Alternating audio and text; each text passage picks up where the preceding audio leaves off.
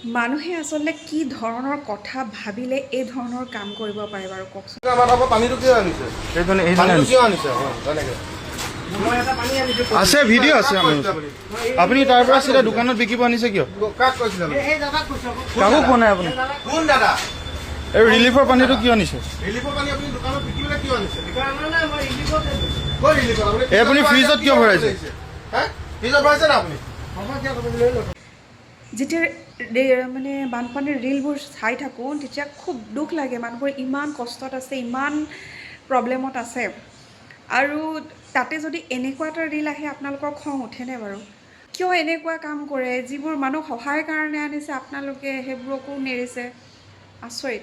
আৰু এই ৰিলটো চাব, ছেকেণ্ড ৰিলটো হৈছে মানুহে ধৰ্ণা দিছে। দিব লাগিছিলে ধৰ্ণা কাক আৰু দিছে কাক? চৰকাৰক দিয়ক ভাই, চৰকাৰে আহিছে নাই অহা খবৰ লওক। এই সাধাৰণ মানুহখিনি আপোনালোকৰ নিচিনাই সাধাৰণ, কিন্তু আপোনালোকৰ কাৰণে ভাবিছে।